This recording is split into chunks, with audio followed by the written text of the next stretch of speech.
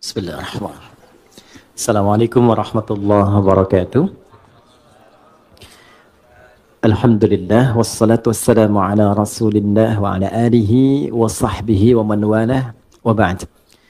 Teman-teman, tanpa kecuali yang pertama kita mengawali dengan bersyukur kepada Allah Subhanahu wa taala yang telah memilih kita untuk berada di tempat ini guna mempelajari sebagian dari tuntunan agama kita. Semoga keberadaan kita yang terpilih oleh Allah berada di sini, di tengah kesibukan beraktivitas, memberikan keberkahan lebih kepada kita semua, dan mengantarkan kita pada kebahagiaan yang menyukseskan. Itulah kuncinya kenapa di setiap pembuka itu seringkali ada keluar kata Alhamdulillah. Jadi secara psikologi, ketika diteliti, syukur itu lebih sering menghadirkan kebahagiaan. Nah, sekarang yang kurang dalam kehidupan itu seringkali adalah kebahagiaan. Dan kebahagiaan itu diingatkan oleh Allah itu 5 kali dalam sehari. Karena seringkali capaian-capaian, target-target kehidupan kita yang kita kejar itu mungkin bisa didapati, tapi boleh jadi dari setiap hal yang didapatkan, belum tentu itu bisa melahirkan kebahagiaan untuk kita. Nah, kesuksesan yang melahirkan kebahagiaan itu disebut dengan falah namanya. Falah. Jadi ada falah, ada fauz, ada fariha, farah. Oke? Ini fauz nih turunannya ada faiz, fauzan, faizin. Itu artinya sukses.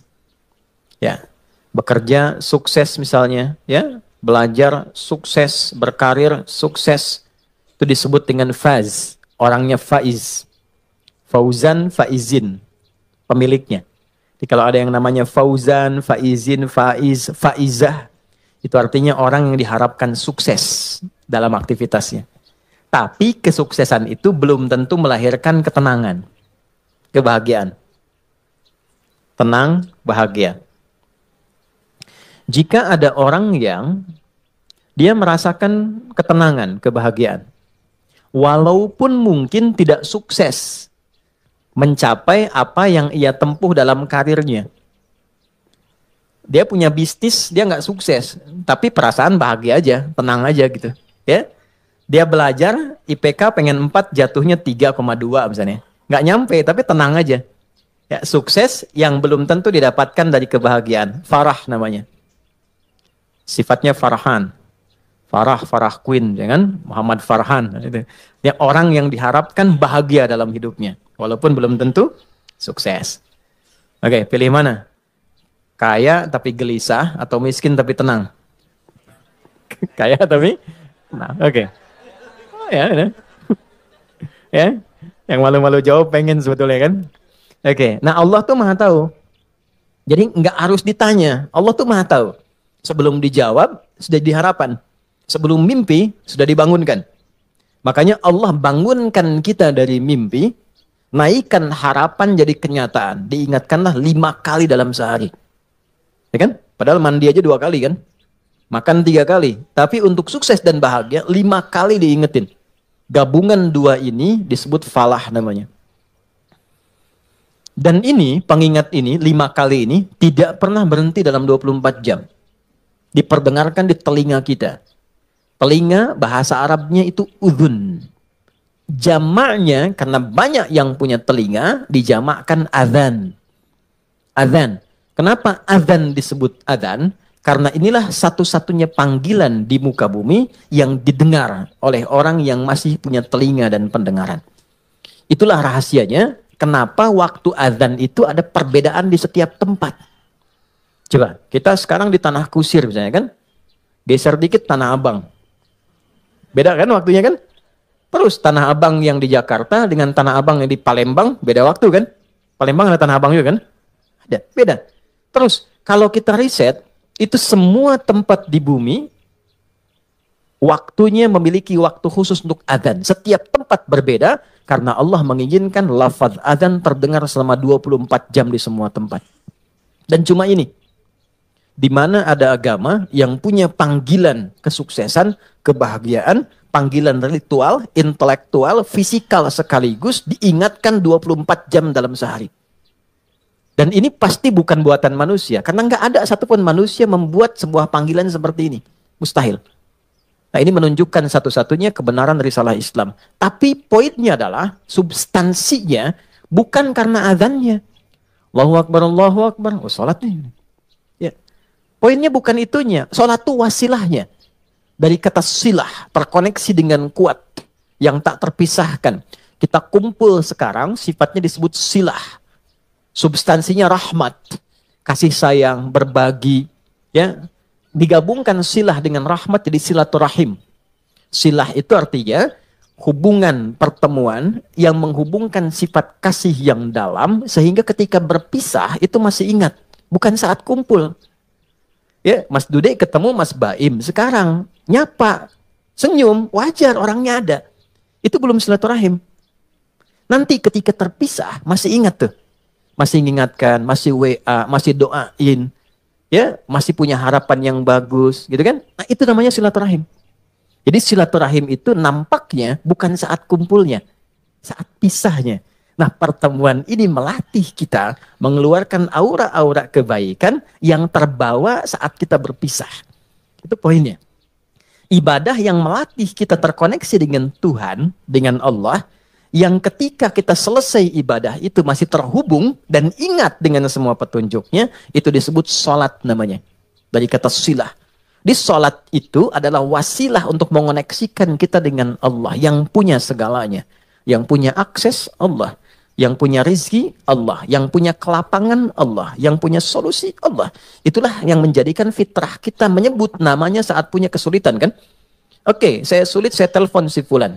Saya miss call si fulan, nggak terangkat. Walaupun saya sering telepon dia, WA dia, bikin status tentang dia. Ketika punya kesulitan dia nggak jawab. Yang terakhir harapannya siapa? Ya, miss call saya terhadap Allah. Khairai yarah. May ya'mal mithqala dzarratin khairai yarah. Maka diberikan, ya Allah gimana cara saya terkoneksi dengan engkau? Allah ajarkan lewat sholat.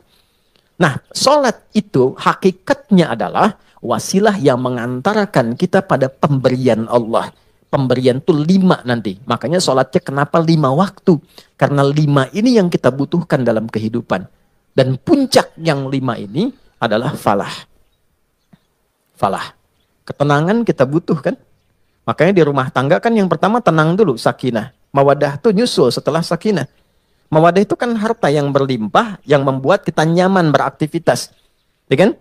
Mau jalan, ada kendaraan. Di rumah mau ke toilet, nyaman. Mau sholat, enak. Mau tidur, enak. Itu mawaddah namanya. Tapi mawaddah tanpa sakinah, hampa. Dan sholat, faidah pertamanya adalah melahirkan ketenangan. Makanya orang itu kalau sholat, yang didapatkan pertama itu bukan jawaban doa. Tapi tenang. Saya ulang ya. Orang kalau sholat, kan doa kan? Dalam ruku doa, dalam sujud doa, berdiri dia berdoa. Tapi yang Allah berikan pertama kali bukan jawaban doanya. Yang Allah berikan pertama kali adalah ketenangan yang dihunjamkan pada jiwanya. Makanya baru wudhu aja, aura kita sudah berbeda. Nanti baru berdiri ke tempat sholat saja, rasa sudah lain. Begitu mulai bertakbir, ketenangan hadir. Walaupun kadarnya beda-beda, tapi kita tidak bisa tolak bahwa ada ketenangan berbeda yang kita rasakan gelombangnya saat sholat yang tidak dirasakan di tempat lain. Ya, makanya tempat sholatnya disebut musolla. Musolla itu tempat sholat. Tapi nggak pakai hak di ujungnya ya. Ya, musolla gini, musolla ini ya, atau tulisnya musalla gini. Ya, kalau pakai hak musollah begini, tempat orang disolatkan. Oh, oke. Okay. Anda bikin di sini musollah, tempat disolatkan tuh. Ya. Oke, okay? Musolla, tempat sujudnya, di situ kita sujud, kalau diperluas namanya masjid. Masjid itu tempat sholat, intinya kan begitu kan? Coba, masuk masjid dengan masuk rumah sendiri, masuk masjid dengan masuk ruangan kerja, lain nggak rasanya? Ada ketenangan tersendiri kan? Ya kan? Ada gelombang yang berbeda ya? Ya? Kenapa? Karena di dalamnya ada amalan pokok, sholat. Tempatnya aja udah beda. Masuk tenang, sholat 2 rakaat, duduk, belum ngapa-ngapain. Bisa ngantuk Pak, saking tenangnya. Tidur aja kan? Oke, itulah ketenangan yang Allah berikan pertama kali. Ya, kenapa kita sholat? Karena Allah menginginkan kebahagiaan lekat dalam hidup kita. Baru setelahnya 4 yang lain. Ada jawaban dari doa. Kalau benar sholatnya karena kita terkoneksi dengan yang punya segalanya, yang mustahil pun menurut manusia, itu tidak ada batas menurut Allah. Ya, tidak ada batas menurut Allah. Banyak kisah viral dalam Al-Quran tentang permohonan yang dipanjatkan dalam sholat untuk mengabulkan persoalan-persoalan yang rumit menurut manusia. Contoh, Nabi Zakaria, pernah dengar ya? Baik ya? Nabi Zakaria, istrinya namanya Eliasobat. Dalam bahasa Latin disebut Elizabeth. Elizabeth itu nama genealogi ke atasnya Eliasobat, istrinya Nabi Zakaria. Adiknya dari Hannah. Hannah itu istrinya Imran. Imran dengan Hannah menikah, kemudian mengandung Hannah, Maryam. Dalam kandungan Imran meninggal. Nanti Hannah melahirkan Maryam, Maryam nanti Bunda Maria melahirkan Isa alaihissalam. Oke. Maryam punya tempat khusus untuk ibadah. Diberi nama mihrab. Salatnya di situ. Salat di situ. Maka di dalam salat itu tempat menjadi berkah. Secara singkatnya Nabi Zakaria mencoba menunaikan salat di tempat itu. Dalam salatnya minta sama Allah berdoa. Doanya apa? Doa memohon supaya istrinya diberikan oleh Allah karunia bisa mengandung dan melahirkan keturunan. Maaf, vonisnya pada masa itu dipandang monofos dan mandul, tidak mungkin punya keturunan. Perhatikan, karena dalam sholat konektivitasnya pada Allah yang tidak punya batas dalam pemberian. Anda minta pada manusia, punya keterbatasan. Maaf, pandangannya terbatas, semakin jauh tak terlihat. Pendengarannya terbatas, semakin frekuensinya tinggi atau paling rendah, tidak terdengar. Akalnya pun terbatas. Maka jangan selalu semua hal harus rasional. Karena sepanjang punya sifat kemanusiaan pasti terbatas. Kenapa pendengaran terbatas, pandangan terbatas, akalnya nggak mau terbatas, itu yang salah. Oke, ketika semua terbatas, kita harus minta pada yang tidak punya batas. Tuhan, Allah. Makanya kalau mentok tuh pasti yang disebut Allah kan? Kalau mentok tuh pasti Allah. Kenapa? Karena kita sadar, fitrah kita menuntun, cuma ini yang tidak punya batas. Nah, Allah punya 99 sifat pemberian. Allah punya 99 sifat pemberian disebut dengan Asmaul Husna. Quran surah 17 di ayat 110. 99 ini adalah nama khusus sesuai dengan kebutuhan kita. Jadi nggak harus semua dibaca. Butuh rizki, sebut Ya Allah, Ya Razak. Butuh ilmu, Ya Allah, Ya Alim. Punya masalah, pengen solusi, Ya Allah, Ya Fattah. Pengen kesabaran ditambah, Ya Allah, Ya Sabar. 99. Ulid Allah, sebut namaku, kata Allah. Awid Ar-Rahman, kalau sedang dalam lukanya, sebut Ya Rahman yang maha lembut, yang maha kasih. Engkau yang memilih aku jadi hambamu. Engkau yang mengasihiku. Ya Allah, dengan kelembutan dan kasihmu tuntaskan masalahku. Rahman. Ayyamma tad'u, tapi kalau engkau tahu, falahul asma'ul husna. Pilih nama sesuai kebutuhanmu. Maka Nabi Zakaria memilih satu nama Allah sesuai dengan sifat yang dibutuhkan. Wahab, pemberi tanpa batas. Karena orang mengatakan ada batasan, maka dipilih nama ini tanpa batas. Kalau meminta dengan nama, sebut ujungnya hab. Makanya sering kita minta, Rabbana hab lana min azwajina. Karena beliau khusus minta ya untuk dirinya, untuk istrinya, maka beliau katakan, Rabbi habli. Kan? Hunalika da'a Zakaria Rabbah qala Rabbi habli min ladunka dzurriyyatan thayyibah innaka sami'ud du'a. Itu ada di Ali Imran di ayat yang ke-38. Ya Allah, mereka mengatakan dan memvonis aku dan istriku tak mungkin punya keturunan. Maka dalam sholatku ini aku terkoneksi denganmu, aku minta padamu yang tidak punya batas dalam pemberian. Ini. Apa yang terjadi? Innaka sami'ud du'a. Ya Allah, engkau pasti dengar doaku. Perhatikan kalimatnya, dalam sekali. Nanti kalau berdoa, sisipkan rasa ini. Di Allah tuh sangat cepat menjawab pada doa-doa yang disifati dengan rasa yang dalam. Ya Allah, Engkau pasti mendengar doaku. Kalau pada yang maha mendengar tidak terkabulkan juga, kepada siapa lagi aku mesti memohon? Gitu ya? Oke? Ya Allah, engkau yang titipkan dia kepadaku. Engkau yang jadikan dia sebagai anakku. Engkau yang jadikan dia sebagai pasanganku. Engkau yang titipkan dia bukan kepada yang lain. Ya Allah, engkau yang menciptakannya. Engkau yang mengarahkannya. Maka mohon dengan segala keagunganmu, ya Allah, jadikan kami orang-orang yang engkau ridhai. Rubah kami menjadi lebih baik, lebih lembut, lebih damai, lebih tenang. Kalau dengan permohonan dan air mata aku tumpahkan belum juga terkabul, maka tunjukkan kepadaku saat ini dengan cara apa lagi bisa aku memohon padamu. Itu. Saya sering mengambil rasa itu dalam diri itu. Dan itu cepat, kadang-kadang belum minta sudah diberikan. Ya. Dan di Quran banyak, apa yang terjadi? Fanadat sul malaikah. Kalau doanya benar, turun malaikat langsung menyampaikan.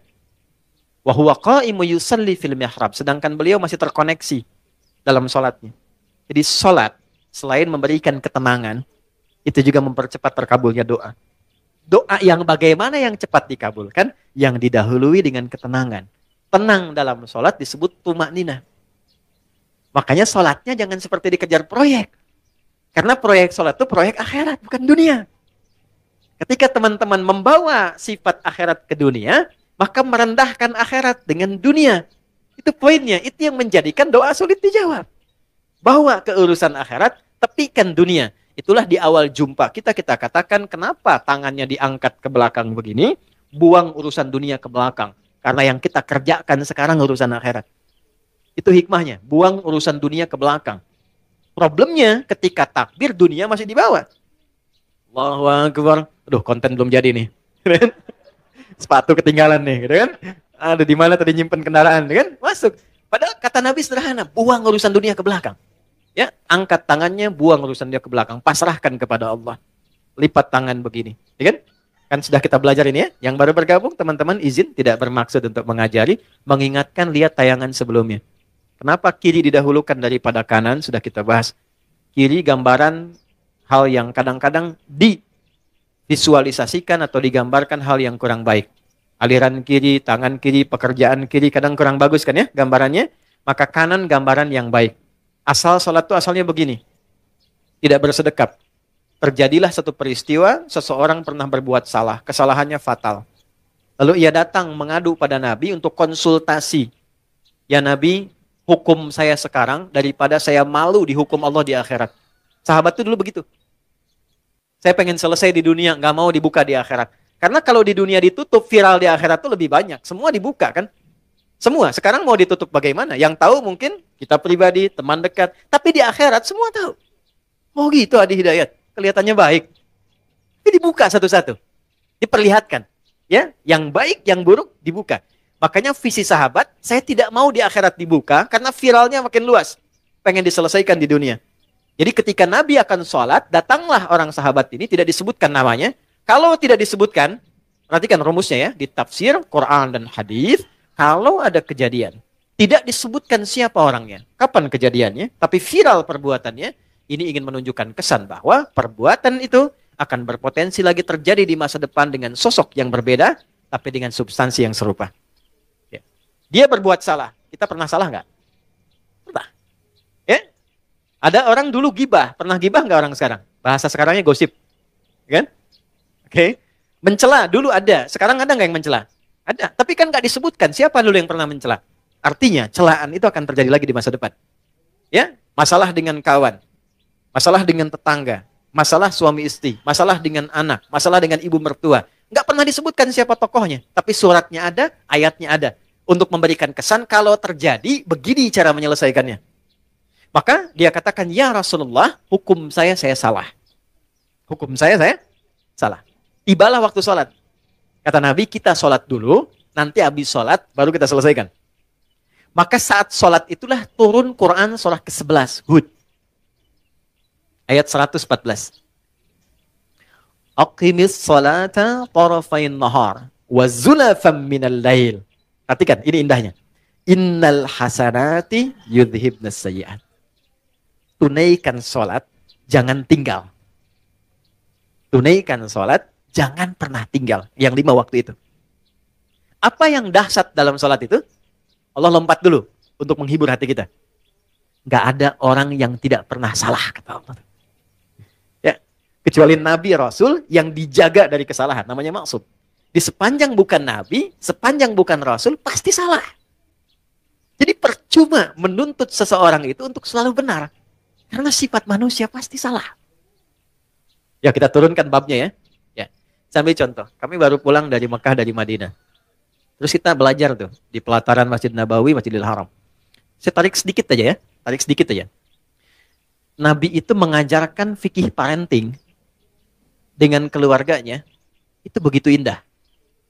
Nggak ada ketegangan, nggak ada kegaduhan, dan rata-rata canda. Makanya saya ngobrol dengan beberapa teman, saya bilang, kenapa sekarang kalau orang belajar parenting serius banget? Bawaannya tegang melulu gitu. Ini kewajiban suami, ini kewajiban istri, ini neraka, ini surga. Padahal yang ditampilkan oleh Nabi, kebanyakan 85%-nya itu canda semua. Karena memang kehidupan rumah tangga itu kehidupan bercanda. Ibun walahun. Canda. Saya teman-teman, kalau di rumah, itu seriusnya sama istri dan anak cuma dalam 3 hal. Sholat, Quran, kedua, jangan maksiat. Jangan bohong, 1. Tuh. Yang lainnya, turunan-turunannya. Lebihnya canda. Anda boleh tanya sama istri saya. Kalau beliau tanya, istri saya tanya, pasti saya plesetin canda semua. Canda semua. Anak-anak canda semua. Itu semua canda. Kenapa? Karena kehidupan rumah tangga itu nggak serius-serius amat. Karena si amat pun tidak serius. Banyaknya canda. Contoh gini. Istri Nabi ada berapa? 9. Ada yang lain? Jangan khawatir ya, saya nggak bahas bab poligami ya, tenang aja. Oke ya. Si Nabi 9 yang berkehidupan, 11 dengan beliau, 1 yang milkul yamin, ya. Pembahasan detailnya nanti. Singkatnya begini. Dari sekian itu, kenapa Nabi diizinkan menikah lebih daripada 4 istri? Kenapa diizinkan? Saya sering sampaikan. Maaf, ini rahasianya teman-teman. Karena seluruh istri Nabi itu mewakili semua karakter perempuan di muka bumi. Itu rahasianya. Jadi nanti ada yang suka mengajar, suka belajar dan mengajar, ikuti Sayyidah Aisyah. Ada yang suka fashion, ada perempuan suka fashion ada. Nanti modelnya Sayyidah Zainab. Ada yang suka bikin kue. Itu Sayyidah Saudah binti Zam'ah. Yang bikin kue ini usianya udah 70 tahun ke atas. Sepuh. Tapi nggak pernah Nabi masuk ke rumah beliau, ke kamar Sayyidah Saudah itu di samping Sayyidah Aisyah. Jadi kalau ini yang kubah hijau itu di atas ya. Kubah hijau ke bawah kan ada kamar ya. Ini kamar Sayyidah Aisyah, ini kamar Saudah binti Zam'ah. Sayyidah Saudah binti Zam'ah. Ini sudah sepuh. Hobinya bikin makanan. Nabi pulang, sedang bikin adonan tepung. Itu tepung adonannya dicolek oleh Nabi, kemudian dicolekkan di kedingnya dan ketawa bersama. Kalau bahasa kita tuh panggil sayang. Sayang apa kabar? Gede, masih ketawa. Ya, kapan kakek nenek kita tuh panggil sayang pada pasangannya tuh? Anda bisa kebayang nggak? Jadi semua masuk ke rumah itu semua hiburan. Ada istri Nabi yang senang curhat, ada. Kalau ke rumah tuh cerita, dia. Ada hadis di Al-Bukhari panjang banget. Panjangnya itu cuma satu intinya. Suami mendengar curhat istri. Dan nggak pernah dipotong, didengar aja. Karena tahu 8 jam ditinggal, 12 jam ditinggal itu pasti ada sesuatu yang dipendam. Jadi Nabi selesaikan dengan mendengar aja, nggak pernah dipotong, dengerin ya terus. Ya, istri kan prinsipnya cuma satu, ya. Gak pernah menginginkan suami merasa benar. Gak pernah berharap begitu. Cuman tolong pahami, merasa bersalahlah sekali gitu ya. Gitu ya. Gak apa-apa, dengerin. Itu ada hadis di Al-Bukhari panjang, dengarkan. Jadi ternyata begitu keluar cerita itu, itulah sakinah. Tenang gitu. Nah, itu fikih sederhana dan dalam dengar itu canda. Kadang dialog, kadang canda. Makanya kehidupannya itu yang harmoni yang kita dapatkan. Gak terlalu serius. Nah, itu yang saya maksudkan, hal-hal yang kita bisa tampilkan dalam Al-Quran, dan kuncinya di mana? Salat. Makanya semua kisah viral dari istri Nabi itu selalu menyoroti salatnya Nabi. Itu poinnya. Di salat tuh bikin tenang. Salat bikin bahagia. Salat bikin terkabulnya doa. Gitu. Bukan cuma es krim. Ustaz punya hadiah nanti. Boleh. Gini Ustaz punya hadiah. Oh, deh. Nih. Bulan nanti sama matahari sekalian. Ya. Ganti ya. Iya. Nanti sama Tante Bulan bilang sama Om Matahari sekalian. Gimana? Alhamdulillah. Alhamdulillah. Anak gak jauh dari bapaknya.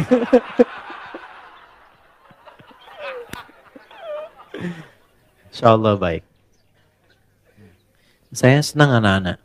Sangat-sangat senang. Jadi saya tuh nggak pernah komplain tentang anak-anak. Apa aja. Kalau di kajian ada ini, nggak marah saya. Apa? Karena mereka belajarnya di situ. Itu poinnya. Tolong jangan marah sama anak. Pesan saya, jangan marah sama anak. Sederhana, karena mereka belum dihisap. Anda dihisap. Kan tidak lucu yang dihisap marah pada yang belum dihisap. Kan? Anak tuh kalau salah, Allah nggak marah karena dia sedang belajar. Plus, masa Allah yang Tuhan tidak marah pada yang tidak dihisap? Kita yang bukan Tuhan marah pada yang tidak dihisap dan kita dihisap. Gitu. Jadi kalau anak itu ada sesuatu yang berbeda, yang pertama dilakukan istighfar dulu. Karena anak hanya mendengar dan melihat apa yang dia lihat dan dia dengar. Lalu setelah itu mohonkan kepada Allah kebaikan. Biasanya kalau orang tua itu sudah memulai dengan kebaikan, itu langsung anak tanpa diminta jadi baik. Itu rumus. Jadi kalau pengen anak itu soleh, kuncinya satu. Orang tuanya memperbaiki diri menjadi baik. Itu langsung gak diminta jadi baik. Itu udah pasti. Rumusnya udah begitu. Ayatnya banyak di Quran. Ya. Naik sini lagi. Nah ini sholat. Jadi sholat yang baik membuat kita lebih tenang. Sholat yang baik membuat kita lebih enak berdoa. Sholat yang baik membuat kita, nah ini yang terakhir, lebih dekat pada kesuksesan dan kebahagiaan. Nanti dua lagi kita simpan jauh-jauh, karena topik kita bukan di situ saat ini. Kumpulan dari semua itu akumulasinya disebut dengan falah.